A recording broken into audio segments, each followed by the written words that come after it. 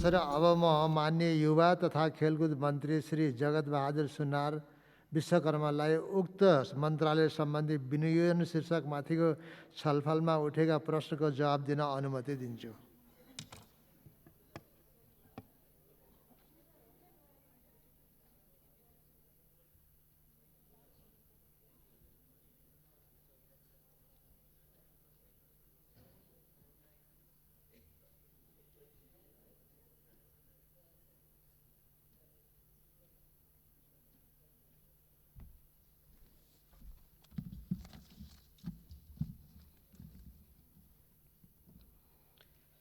सम्माननीय सभामुख महोदय, युवा तथा खेलकुद मन्त्रालयको आर्थिक वर्ष 77-78 को लागि विनियोजन विधेयकमा प्रस्तावित वार्षिक कार्यक्रम तथा बजेटमाथिको छलफलमा सक्रिय सहभागी भई आफ्ना जिज्ञासा राख्नुका साथै महत्त्वपूर्ण सुझावहरू प्रदान गर्नुभएकोमा म माननीय सदस्यज्यूहरूप्रति सर्वप्रथम हार्दिक धन्यवाद र आभार व्यक्त गर्न चाहन्छु। माननीय सदस्यहरूले युवाको क्षेत्रमा युवाहरूका समस्यालाई कसरी सम्बोधन गर्ने, युवाहरूलाई अवसर र रोजगारीको वातावरण निर्माण गर्ने, कोरोना संक्रमणको महामारीका कारण विदेशबाट फर्केका युवाहरूलाई रोजगारीको सृजना गर्ने भन्ने सन्दर्भमा महत्त्वपूर्ण जिज्ञासा र सरोकार राख्नुभएको छ। त्यसैगरी खेलकुदको क्षेत्रमा खेलाडीहरूको क्षमता अभिवृद्धि, तालिम प्रशिक्षण, प्रोत्साहन, खेलाडीहरूलाई सेवा सुविधा, खेलकुदको भौतिक पूर्वाधार निर्माण लगायतका विषयहरूमा माननीय सदस्यज्यूहरूले ध्यानकर्षण गराउनु भएको छ। आज हामी सुशासन, विकास र समृद्धिको राष्ट्रिय लक्ष्य लिएर अघि बढिरहेका छौँ। समृद्ध नेपाल, सुखी नेपाली हाम्रो साझा राष्ट्रिय कार्यभार हो। विकास र समृद्धिका मेरुदण्डका रूपमा रहेको युवा जनशक्तिलाई राष्ट्र निर्माणमा परिचालन नगरेसम्म उनीहरूलाई श्रम, सिप र उत्पादनसँग जोडेर दक्ष, सक्षम, उद्यमी, व्यवसायी, स्वरोजगार र आत्मनिर्भर नबनाएसम्म, यसै गरी हाम्रा युवाहरूमा देशभक्तिपूर्ण भावना जागृत नगरेसम्म हामीले विकास र समृद्धिको राष्ट्रिय लक्ष्य हासिल गर्न सक्दैनौँ। खेल क्षेत्रमा खेलकुदको विकास, विस्तार र समृद्धि हासिल नभएसम्म हामीले परिकल्पना गरेको समृद्ध नेपाल, सुखी नेपाली हुन सक्दैन। तसर्थ यो राष्ट्रिय अभिभारा पुरा गर्ने हिसाबले वर्तमान सरकार गठन भएदेखि नै युवा तथा खेलकुद मन्त्रालयले नेपाल कम्युनिस्ट पार्टी नेकपाको चुनावी घोषणापत्र, नेपालको संविधान, कानुन, हाम्रा आवधिक योजना, सरकारको नीति कार्यक्रमलाई आधार मानेर युवा र खेल क्षेत्रमा भएका विद्यमान समस्या, चुनौती र हाम्रा राष्ट्रिय अभिभाराहरूलाई हेरेर नै बजेट कार्यक्रम प्रस्तुत गर्दै आएको छ। स्रोत साधन बजेट विनियोजनका हिसाबले हेर्दा विगतदेखि नै युवा तथा खेलकुद क्षेत्रले अपेक्षाकृत प्राथमिकता र महत्त्व पाउन सकेको छैन। यो वर्ष पनि कुल बजेटको 0.16% मात्र बजेट विनियोजन भएको स्थिति छ। 13औं सागको सफल र भव्य आयोजना, नेपाली खेलकुदले कायम गरेको कीर्तिमानी इतिहास, प्राप्त उपलब्धि र बनेको खेलकुदको राष्ट्रिय माहौलले यो वर्ष बजेट विनियोजनका हिसाबले पनि खेलकुदले प्राथमिकता पाउने आशा अपेक्षा नेपाली खेल क्षेत्रले गरेको थियो। दुर्भाग्य, कोरोना संक्रमणको महामारीले हाम्रो राष्ट्रिय अर्थतन्त्रलाई समेत प्रत्यक्ष प्रभावित गर्यो। दोष कोरोनालाई गएको छ। भोलिका दिनमा हामी सबैको ध्यान यसतर्फ जान जरुरी छ। बजेट न्यून भए पनि कार्यक्रम र बजेट शीर्षकका हिसाबले प्रस्तावित कार्यक्रम युवा र खेल क्षेत्रमा देखिएका समस्या र चुनौतीलाई सम्बोधन गर्न, यस क्षेत्रको विकास, विस्तार र समृद्धिका लागि रोडम्याप हुनेछ, यसले दिशानिर्देश गर्नेछ, यो विश्वास हामीले लिएका छौँ। युवा क्षेत्रमा देखिएका युवाहरूका समस्या र सरोकारहरूलाई मन्त्रालय, राष्ट्रिय युवा परिषद, युवा तथा साना व्यवसायी स्वरोजगार कोष र नेपाल स्काउट मार्फत सञ्चालन हुने कार्यक्रमहरूले केही न केही सम्बोधन हुने आशा लिएको छ। युवाहरूका समस्याहरू पनि बहुआयामिक भएको र youth issue cross cutting issue भएकोले विभिन्न मन्त्रालयका युवा लक्षित कार्यक्रमले समेत युवाहरूको नेतृत्व विकास, अवसर र रोजगारीको सिर्जनामा सहयोग पुग्ने विश्वास लिएका छौँ। राष्ट्रिय युवा परिषदको विकास कार्यक्रमतर्फ 5 करोड 21 लाख रकम विनियोजन भएको छ। बजेट न्यून भए पनि कार्यक्रमका हिसाबले मान्यज्यूहरूले चिन्ता गरे जस्तै, सरकार राखे जस्तै अपाङ्गता भएका फरक क्षमताका युवाहरूलाई सहयोग गर्ने, युवा इनोभेसन सेन्टर स्थापना र सञ्चालन गर्ने, युवा प्रतिभाहरूको खोजी र प्रोत्साहन, सहुलियतपूर्ण कर्जाको सहजीकरणका लागि उद्यमशीलता तथा वित्तीय साक्षरता तालिम, युवा परामर्श तथा मार्गदर्शन, युवा सूचना केन्द्र सञ्चालन र व्यवस्थापन, युवाको नेतृत्व विकासका लागि नमुना युवा संसद अभ्यास, युवा मैत्री स्थानीय तह विकासका लागि अभिमुखीकरण तथा प्रोत्साहन कार्यक्रम बजेटमा व्यवस्था गरिएको छ। सङ्घीय लोकतान्त्रिक गणतन्त्रको संस्थागत विकास, राजनीतिक स्थिरता, जनतालाई राजनीतिक परिवर्तनको प्रत्यक्ष अनुभूति दिलाउन समेत सामाजिक, सांस्कृतिक र आर्थिक रूपान्तरणको अभियानलाई तीव्र पार्नुपर्नेछ।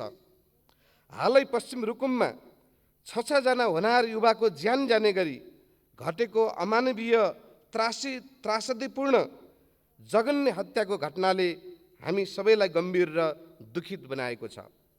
आजका दिनमा पनि समाजमा यस्ता घटना घट्नु लज्जाको विषय हो। सामाजिक, सांस्कृतिक, आर्थिक रूपान्तरणको अभियानमा परिवर्तनका सम्माग शक्ति, अग्रगामी सचेत युवा पङ्क्तिलाई परिचालन गर्नमा यो घटनाले दबाव सिर्जना गरेको छ। पाठ सिकाएको छ। तसर्थ पनि युवा परिचालनका लागि, सामाजिक जागरण, रूपान्तरण र समृद्धिका लागि युवा अभियान कार्यक्रम अन्तर्गत उद्यमशीलतामा युवा, विज्ञान प्रविधि खोज अनुसन्धानमा युवा, कृषि उत्पादनमा युवा, पर्यटन प्रवर्धनमा युवा, सुशासन प्रवर्धनमा युवा, वातावरण संरक्षणमा युवा, अन्धविश्वास, लैङ्गिक हिंसा, जातीय विभेद तथा छुवाछुत विरुद्धमा युवा, सार्वजनिक शिक्षा सबलीकरणमा युवा, विपद व्यवस्थापन तथा स्वयंसेवकीय कार्यमा युवा, परम्परागत सिपको विकास तथा संरक्षणमा युवा, स्वास्थ्य तथा खेल सचेतनामा युवा जस्ता कार्यक्रम अघि सारिएको छ। यसरी नै बेरोजगार युवा र विदेशबाट फर्केका युवाहरूलाई लक्षित गरी युवा स्वरोजगार कोष मार्फत बिना धितो सहुलियत ब्याज दरमा युवाहरूलाई ऋण प्रदान गर्ने कार्यक्रम रहेको समेत म जानकारी गराउन चाहन्छु। युवा तथा खेलकुद मन्त्रालयलाई प्राप्त भएको बजेट सिलिङमा बजेट न्यून भएका कारण खेल क्षेत्रका समस्या, चुनौती र हाम्रा राष्ट्रिय अभिभावकहरूलाई विनियोजन भएको रकमले प्राप्त सम्बोधन हुन नसके पनि कार्यक्रम र बजेट शीर्षकले खेलकुदको विकास र विस्तारका लागि स्पष्ट दिशानिर्देश गरेको छ। यो महसुस हामी सबैले गरेका छौँ। यसरी नै खेल क्षेत्रमा खेलकुदको विकास र खेलाडीहरूको क्षमता अभिवृद्धिको लागि खेलाडीलाई तालिम प्रशिक्षणको कार्यक्रम रहेको छ। विभिन्न खेलका प्रतियोगिताहरू, खेलाडीलाई आवश्यक खेल सामग्रीको लागि बजेट व्यवस्था गरिएको छ। खेलको विकासमा खेल सङ्घहरूको नेतृत्वदायी भूमिका हुन्छ। खेल सङ्घहरूलाई प्रोत्साहित गर्न थोरै भए पनि बजेटको व्यवस्था गरिएको छ। खेलाडीहरूलाई सेवा, सुविधा र प्रोत्साहनको व्यवस्था गर्नु राज्यको दायित्व हो। खेलाडीको परिचय पत्र, खेल्दा हुने सम्भावित दुर्घटनालाई लिएर दुर्घटना बिमा, स्वास्थ्य बिमा, जीवन बिमाका लागि बजेट व्यवस्था गरिएको छ। खेलकुदको माध्यमबाट राष्ट्रको सान, मान र प्रतिष्ठा बढाउन योगदान पुर्याउने खेलाडीलाई संरक्षण र प्रोत्साहन र सम्मान गर्नु राज्यको कर्तव्य हो। वर्तमान सरकार गठन भएपछिको पहिलो आर्थिक वर्ष 75-76 को श्रावणदेखि नै ओलम्पिकमा सहभागी भएका नेपाली ओलम्पियन खेलाडीहरूलाई मासिक 3000 का दरले सम्मान भत्ता दिने व्यवस्था सुरु गरिएको थियो। चालु आर्थिक वर्षको श्रावणदेखि 1000 वृद्धि गरी मासिक 4000 का दरले राष्ट्रिय खेलकुद परिषदबाट खेलाडीहरूलाई सम्मान भत्ता प्रदान गरिँदै आइएको छ। यसरी नै अन्तर्राष्ट्रिय औपचारिक खेलकुद प्रतियोगितामा स्वर्ण पदक विजेता खेलाडीलाई मासिक 6,000 का दरले सम्मान भत्ता उपलब्ध गराउँदै आइएको छ भने आगामी 77-78 को श्रावणदेखि 13औं साग गेममा स्वर्ण पदक विजेता खेलाडीहरूलाई समेत कार्यविधि तयार गरी मासिक 6,000 का दरले सम्मान भत्ता उपलब्ध गराउने बजेटको व्यवस्था मिलाइएको छ। बजेटको अभावमा थोरै भए पनि राष्ट्रिय खेल भलिबल प्रतियोगिता र लोकप्रिय खेल फुटबलका विभिन्न गोल्ड कपहरू लगायतका विभिन्न खेलका प्रतियोगिताहरूलाई प्रोत्साहित गर्न बजेटको व्यवस्था गरिएको छ। यसै वर्षको फागुनमा गण्डकी प्रदेशमा आयोजना हुने पूर्व निर्धारित 13औं राष्ट्रिय खेलकुद प्रतियोगिता समयमा गर्नका लागि बजेटको प्रबन्ध भएको छ। कोरोनाको संक्रमणको महामारीको जोखिम न्यूनीकरण भएमा नवौं राष्ट्रिय खेलकुद प्रतियोगिता समयमा आयोजना हुनेछ। खेलकुदका भौतिक पूर्वाधार निर्माणमा धेरै मान्य जीवहरूको गम्भीर चासो रुचि देखिनु निकै खुसीको कुरा हो। यसले खेलकुदको विकासमा ठुलो सहयोग पुग्ने विश्वास लिएको छु। महत्त्वपूर्ण सुझाव सल्लाहको साथै केही मान्य जीवहरूको केही गुनासो पनि देखिएको छ। म मान्य जीवहरूलाई सम्मान्य सभामुख ज्यू मार्फत तथ्यसहित स्पष्ट पार्न चाहन्छु। बजेट निर्माण गर्दा कुनै जिल्ला वा क्षेत्र केन्द्रित गरिएको छैन।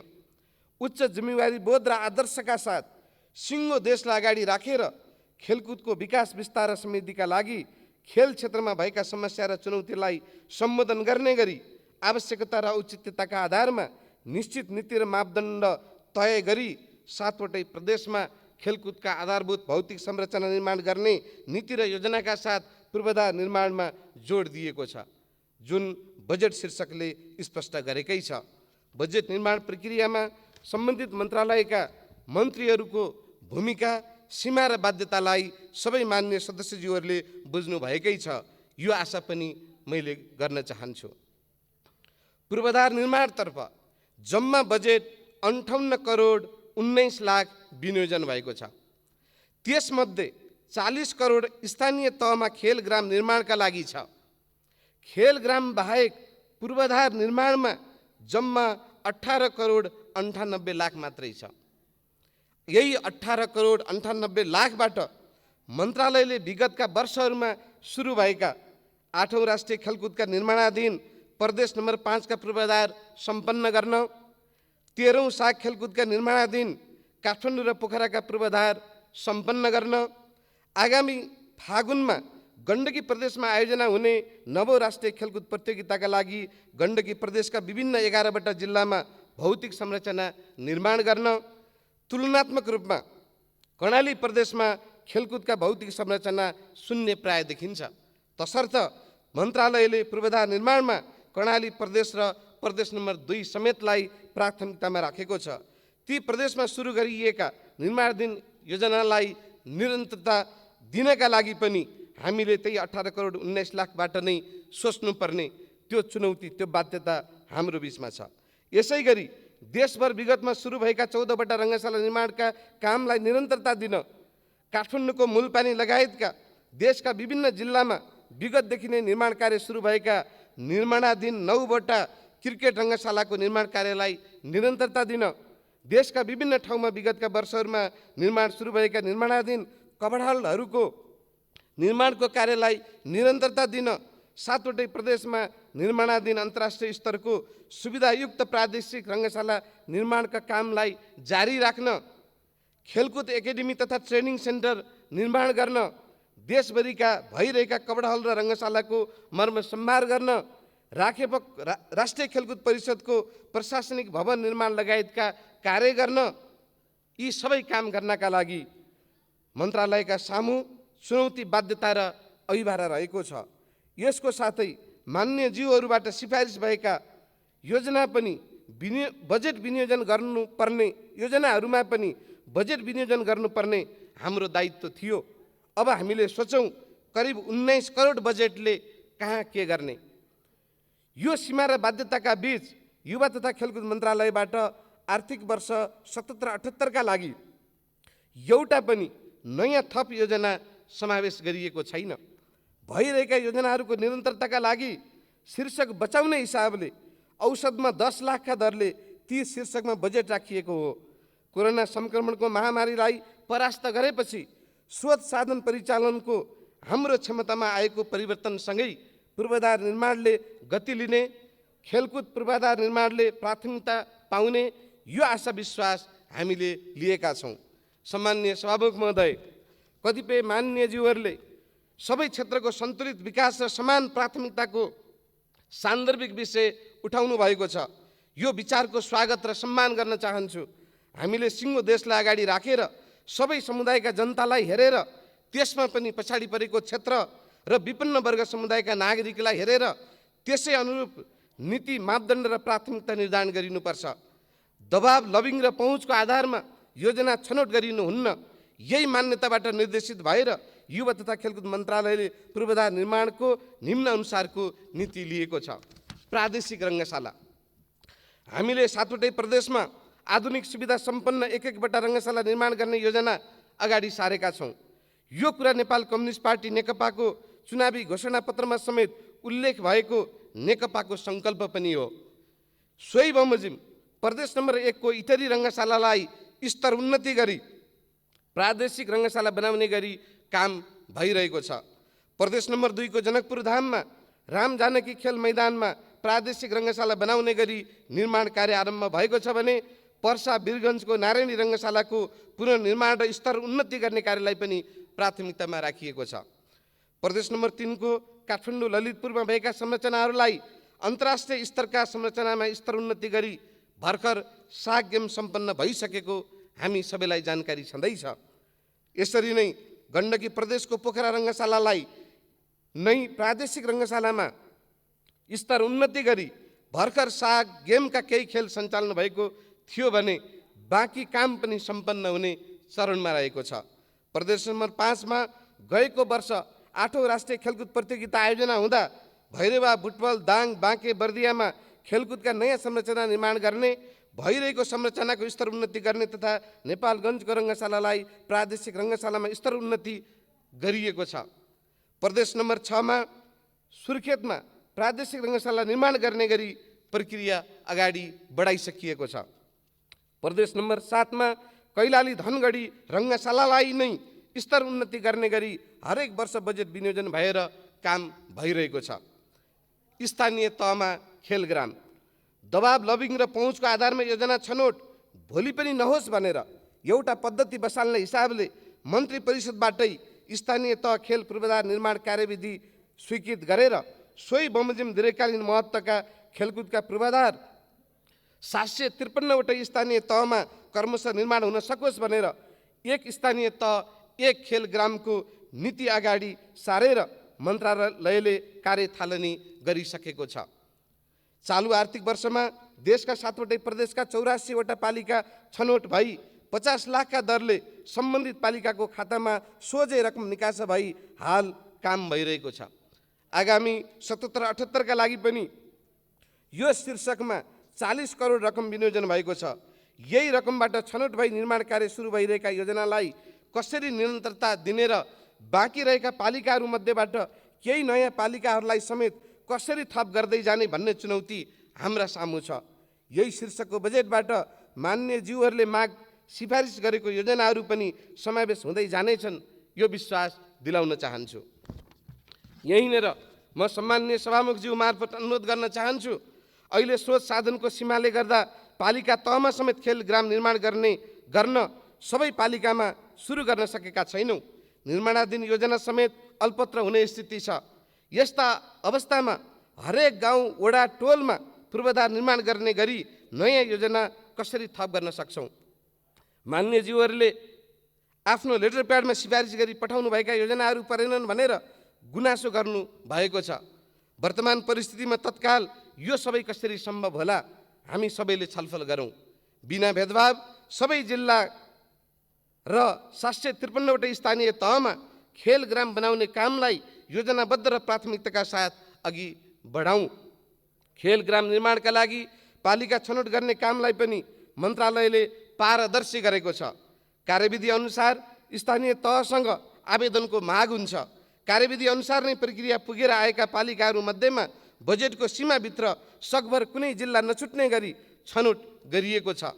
यसरी छनौट गर्दा मान्यज्यूहरूको सिफारिसलाई कार्यविधिले नै अनिवार्य गरेको छ। कार्यविधि अनुसार सम्बन्धित पालिकाबाट आवेदन नभएको स्थितिमा मान्यज्यूहरूबाट लेटर प्याडमा सिफारिस माग भएको आधारमा मात्रै योजना छनौट हुन सक्दैन। कार्यविधि मन्त्रालयको वेबसाइटमा भएको ब्यौरा पनि म अनुरोध गर्न चाहन्छु। राष्ट्रिय खेलकुद प्रतियोगिता हरेक 2-2 वर्षमा हुनुपर्ने राष्ट्रिय खेलकुद प्रतियोगिता विगतमा दशकौं वर्ष आयोजना नहुने यो दुःखद परिस्थिति नेपालको खेलकुद क्षेत्रले बेहोरेको देखिन्छ।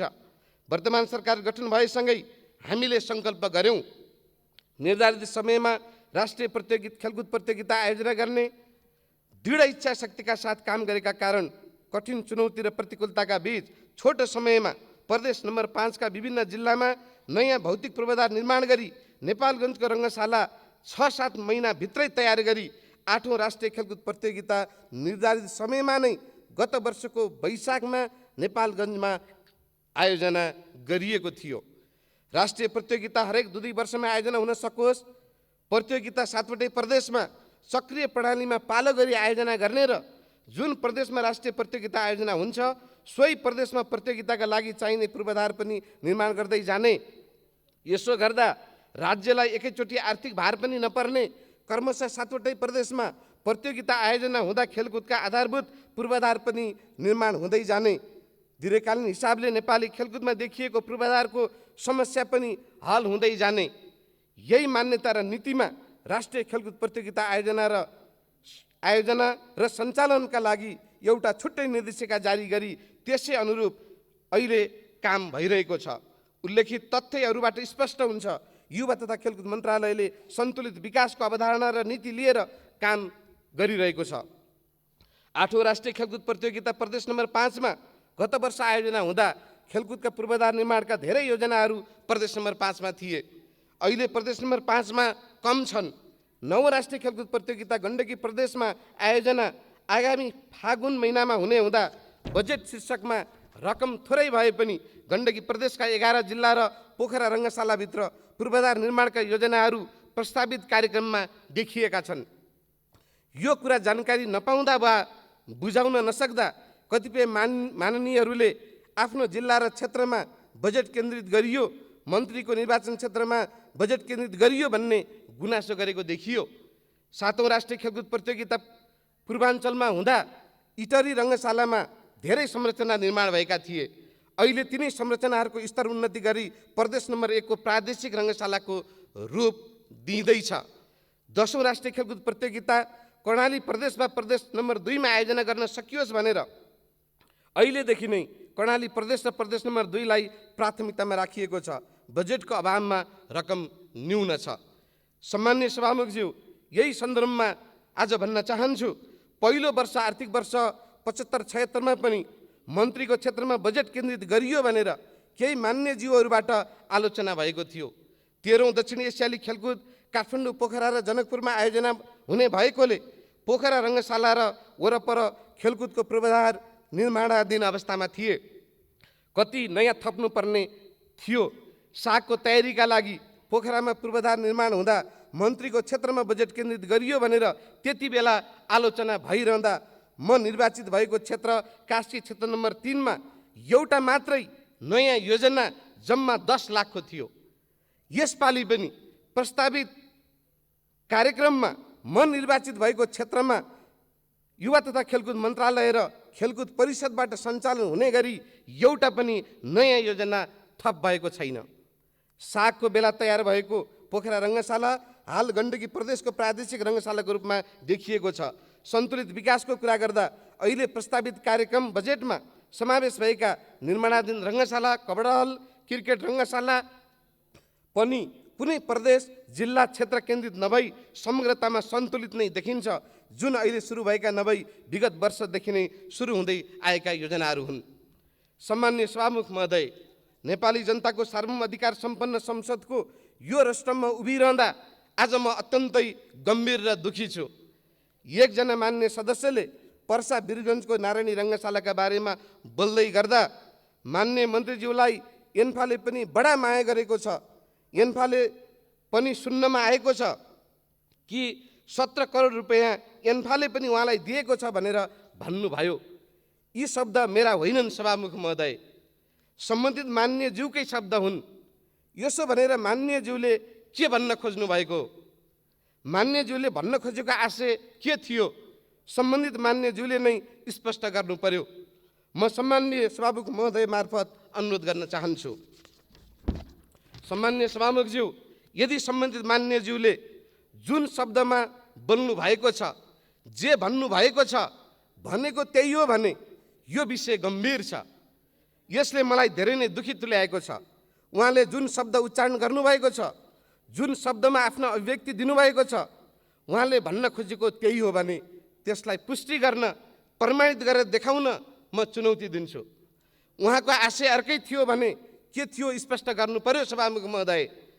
एन्फाबाट र कोही कसैबाट मैले 1 रुपियाँ लिएको छैन। बरु यही प्रसङ्गमा कास्की जिल्लाको माछापुछ्रे गाउँपालिकाको भेडाबारी भन्ने स्थानमा एन्फाले एकाडेमी स्थापना गर्न खोज्दैछ। फिफाका प्रतिनिधिहरू आएर धेरै ठाउँहरूमध्ये त्यो ठाउँलाई छनौट गरेको हुँदा 17 करोड बराबरको लागतको योजना एन्फाको बैठकले स्वीकृति गरिसकेको छ भन्ने सुनेको छु। यसको पनि कुनै आधिकारिक जानकारी मन्त्रालयमा प्राप्त भएको छैन। यो प्रसङ्ग हो भने मेरो कुनै गल्ती र कमजोरी त भएन नि।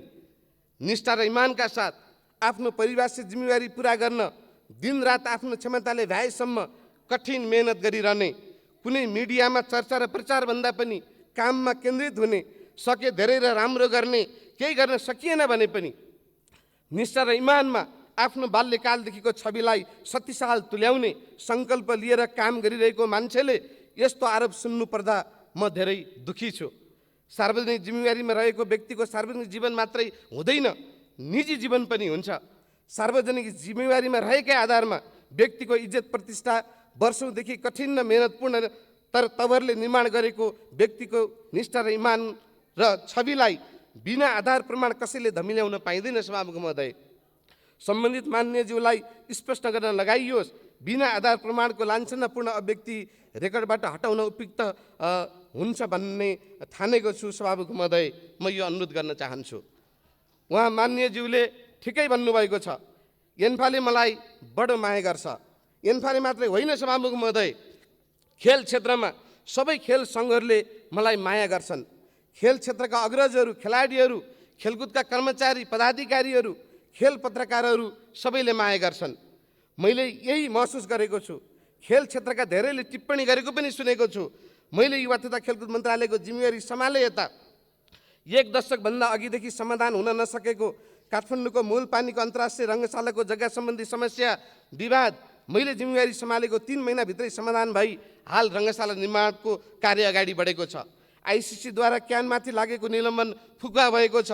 क्यानको साधारण सभा निर्वाचन सम्पन्न भई लोकतान्त्रिक विधि प्रक्रिया मार्फत नयाँ नेतृत्व निर्माण भई क्रिकेटको विकासको वातावरण बन्दै गएको छ।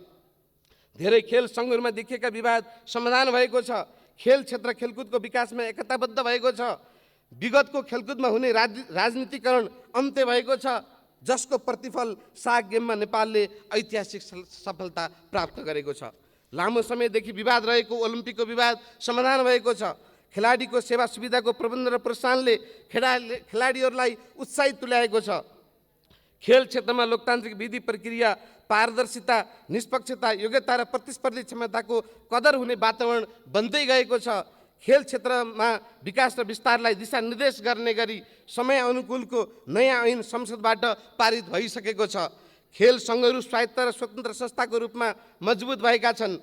धेरै अन्तर्राष्ट्रिय पदकहरू जित्न नेपाली खेलाडीहरूले सफलता प्राप्त गरेका छन्।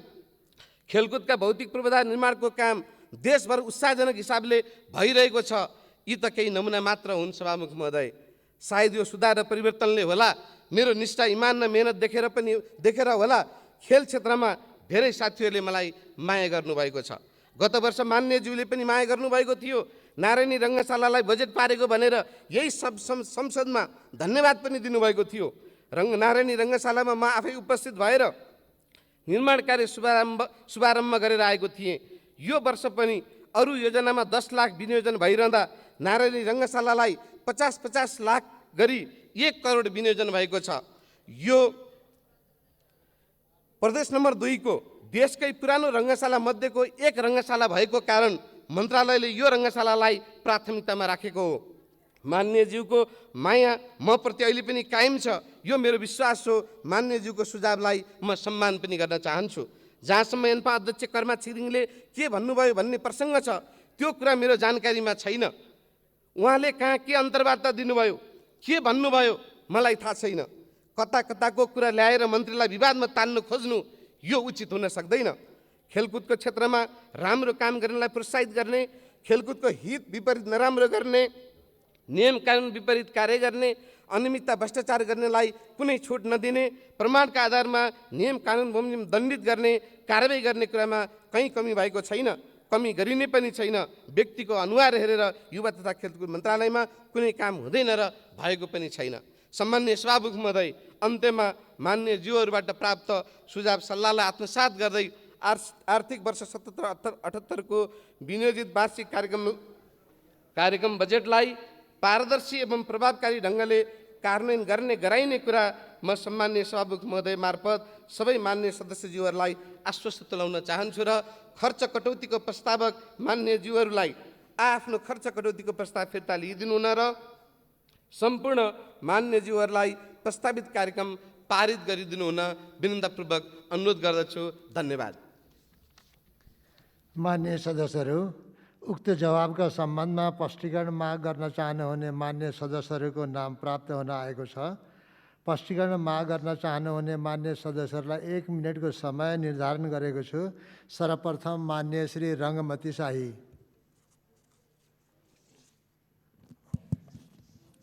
सम्मान्य सभामुख महोदय, मन्त्रीज्यूको प्रेजेन्टेसन हेर्दा तेल थोका चिचिडी भौती भन्ने हाम्रो उखान छ।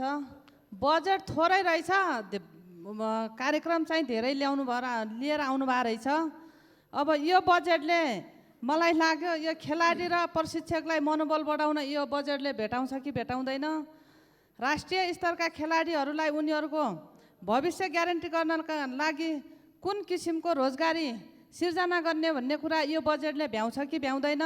प्रत्येक जिल्लामा राष्ट्रिय खेलकुदको आयोजना गराउन सक्ने क्षमताको एउटा रङ्गशाला बनाउनका लागि यो बजेटले भ्याउँछ कि भ्याउँदैन स्पष्ट हुन चाहन्छु। धन्यवाद।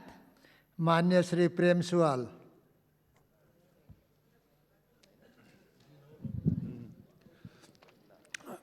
सम्मान्य सभामुखज्यू मार्फत युवा तथा खेलकुद मन्त्रीज्यूसँग जिज्ञासा राख्न चाहन्छु। खेलकुद विपक्षलाई हराउने कौशल हो, यो लडाइँसँग पनि सम्बन्धित छ। स्वास्थ्यको लागि 18 वर्ष नआएका युवालाई अनिवार्य सैन्य तालिम दिनु आवश्यक छ। सैन्य तालिम दिन तत्काल सम्भव नभए राष्ट्रिय स्वयंसेवा दल तालिम अनिवार्य गर्नु जरुरी छ। तालिम प्राप्त युवा देशको आध भरोसा हुनेछ। विपदको बेला स्वयंसेवीमा अगुवाई गर्ने युवा नै हो। विभिन्न देशको खेलकुद प्रतियोगितामा भाग लिन जाने खेलाडीहरू सद्भावना राजदूत जस्तै हुन्। यसकारण सबै युवा र खेलकुदको बानी बेहोरा र सांस्कृतिक स्तर उठाउने योजना आवश्यक छ। युवाको सांस्कृतिक स्तर बिना युवालाई अनिवार्य सैन्य तालिम वा राष्ट्रिय सेवा दलमा को तालिम बिना खेलाडी विदेशमा खेल्न गए उतै लुक्ने विकृत भावना आउन सक्छ। त्यसकारण पूर्वाधार निर्माण भन्दा पनि सांस्कृतिक स्तरलाई पनि त्यत्तिकै ध्यान दिनु जरुरी छ। धन्यवाद। मान्य श्री इकबाल मिया।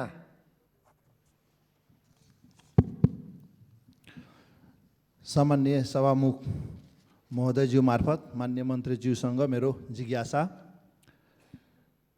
वीरगञ्ज रङ्गशाला राष्ट्रको दोस्रो रङ्गशाला हो, अवस्था जीर्ण छ। वीरगञ्ज रङ्गशालालाई व्यवस्थित र व्यवस्थापन गर्न र कुन स्तरमा राख्ने हो, केन्द्रीय स्तर कि प्रदेश स्तरमा स्पष्ट हुन चाहन्छु।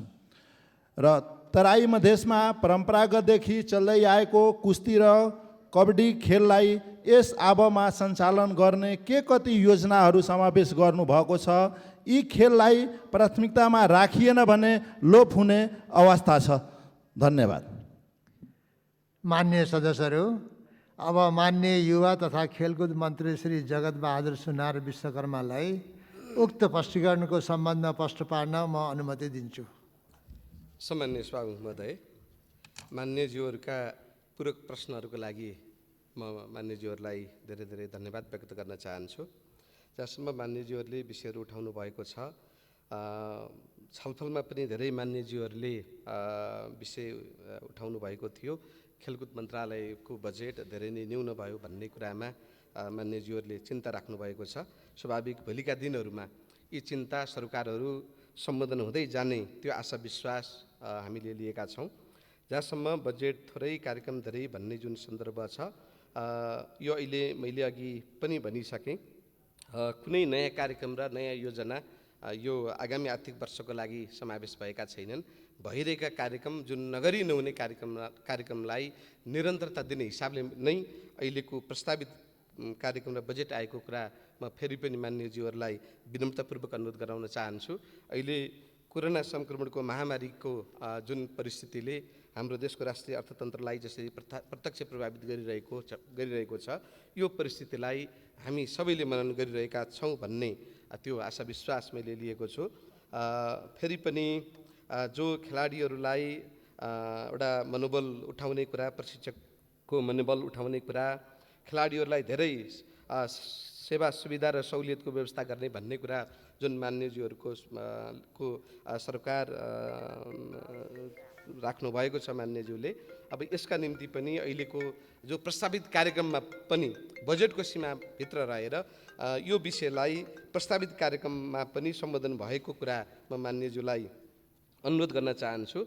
जहाँसम्म सबै जिल्लामा राष्ट्रिय स्तरका प्रतियोगिताहरू आयोजना गर्ने गरी त्यो क्षमताका रङ्गशाला अहिले तत्काल बनाउन सक्ने परिस्थिति अहिले हाम्रो देशको आर्थिक एउटा स्रोत साधनको सीमाका कारण स्वाभाविक ती चुनौती हाम्रा सामु छन् नै। तथापि त्यो परिस्थितिलाई हेरेर नै कम्तीमा जिल्लामा एउटा जिल्ला स्तरका प्रतियोगिताहरू हरेक स्थानीय तहमा आयोजना हुन सकोस् भन्ने त्यो उद्देश्य राखेर, त्यो लक्ष्य लिएर नै दीर्घकालीन महत्त्वका खेलग्राम हरेक स्थानीय तहमा बनाउने हिसाबले स्थानीय तह खेलग्रामको नीति मन्त्रालयले अगाडि सारेको कुरा पनि म मान्यज्यूलाई राख्न चाहन्छु। जहाँसम्म अब सैन्य तालिमको सन्दर्भ स्वाभाविक अहिले त्यसतर्फ सोच्ने गरी अहिले प्रस्तावित कार्यक्रममा त्यसरी सोचिएको अवस्था छैन। राष्ट्रिय स्वयंसेवा दल गठन भएर नै विगतदेखि नै यो क्षेत्रमा काम भइरहेको कुरा मान्यज्यूलाई म फेरि पनि अनुरोध गर्न चाहन्छु। यो युवा तथा खेलकुद मन्त्रालय भन्दा पनि मलाई लाग्छ यो रक्षा मन्त्रालय मार्फत भइरहेको छ कि भन्ने मैले बुझिरहेको छु। अब जहाँसम्म यो विषयलाई हेरेर हाम्रा युवाहरूलाई एउटा अनुशासित बनाउने, एउटा उन्नत एउटा संस्कृतिले हाम्रा खेलाडीहरूलाई लैस गर्नका निम्ति सँगसँगै हाम्रा युवाहरूलाई समाजप्रति, देशप्रति र यो विकास र समृद्धिको राष्ट्रिय लक्ष्य हासिल गर्ने दिशातर्फ पनि युवाहरूलाई परिचालन गर्ने हिसाबले नै एउटा युवा परिचालनको कार्यक्रम अन्तर्गत सामाजिक रूपान्तरण, जागरण र समृद्धिको लागि युवा अभियान भन्ने कार्यक्रम अन्तर्गत युवाहरूलाई स्वयंसेवकीय भूमिकामा परिचालन गर्ने कार्यक्रम पनि प्रस्तावित कार्यक्रम बजेटले सम्बोधन गरेको कुरा पनि म स्पष्ट गर्न चाहन्छु। जहाँसम्म मान्यज्यूले ठिकै उठाउनु भएको छ, वीरगञ्ज को रङ्गशाला हाम्रो देशकै पुरानो रङ्गशाला हो, अहिले यो जीर्ण अवस्थामा छ। त्यसलाई कसरी छिटोभन्दा छिटो स्तर उन्नति गर्ने भन्ने दिशातर्फ पनि मन्त्रालयको ध्यान गएको छ, मन्त्रालयले प्राथमिकतामा राखेको छ भनेर मैले अगाडि पनि चर्चा गरेँ। जहाँसम्म कुस्ती, कबड्डी लगायतका खेलहरू हाम्रो एउटा तराई मधेसकामा बढी लोकप्रिय भएका यी हाम्रा सांस्कृतिक मूल्यका हाम्रा परम्परागत खेलहरू पनि हुन्। यी खेलहरूको संरक्षण, सम्बन्धन र विकासका लागि हाम्रो ध्यान त्यत्तिकै जान जरुरी छ। यसमा पनि मन्त्रालयको ध्यान पुगेको छ। कुस्ती, कबड्डी सङ्घहरूलाई समेत जुन बजेटको सीमाभित्र रहेर पनि ती सङ्घहरूलाई पनि एउटा प्रोत्साहित गर्ने हिसाबले न्यून भए पनि बजेटको व्यवस्था गरिएको कुरा पनि म मान्यज्यूलाई स्पष्ट गर्न चाहन्छु। यिनै कुरा राखेर आफ्नो भनाइ टुङ्ग्याउन चाहन्छु। धन्यवाद। मान्य सदस्यहरू,